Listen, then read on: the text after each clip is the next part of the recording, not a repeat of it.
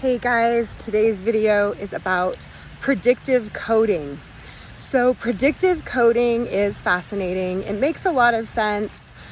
Basically, it's a shortcut that the brain takes when the brain starts to notice patterns, and the brain will actually start producing the effect that it believes will happen.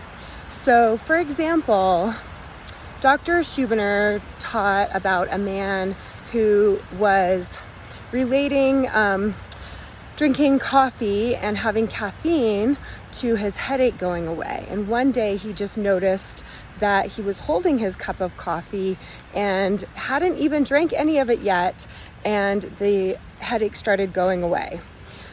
And we actually know that all of us have predictive coding with something similar. When we are thirsty, when our cells need to be hydrated, from the time we drink the water till the time our cells are actually receiving that hydration is like 20 minutes. But we stop feeling thirsty after we drink water because our brain knows from predictive coding that what will happen is we will get that hydration and it can turn the thirst signal off. Since pain is actually produced in the brain, we can see a lot of examples where predictive coding shows up in the world of physical pain. And here's an example.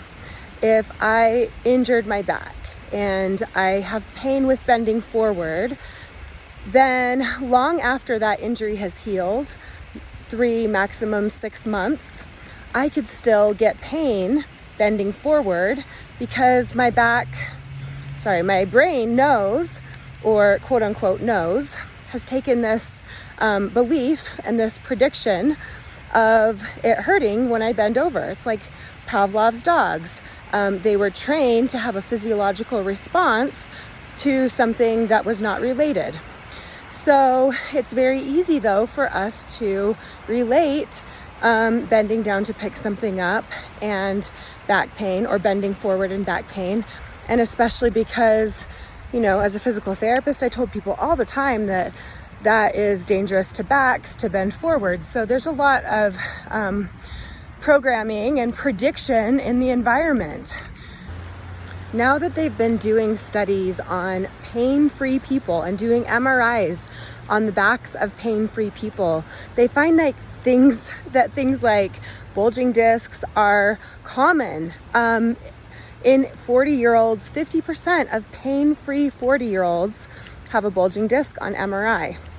So the more that we actually believe that there's damage and the brain is conditioned to protect and tense up and guard, then we will have that pain with those motions. And usually what happens is you start to get it even sooner and sooner before you even bend over or bend as far.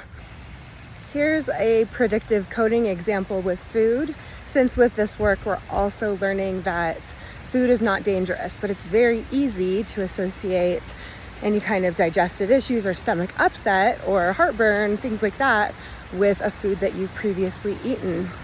So if you even think of food poisoning, there may have been a time in your life that you ate a food that caused a lot of GI distress, and then in the future, even thinking about that food produces some kind of body response. Sometimes you just have to think about that food. For years, you'll have that kind of response if it was a strong reaction. So just realizing that all of these kinds of things are predictive coding, and predictive coding happens so much. Like the majority of the time that we're having something show up in our reality, it's because our brain has predicted it and then produced it.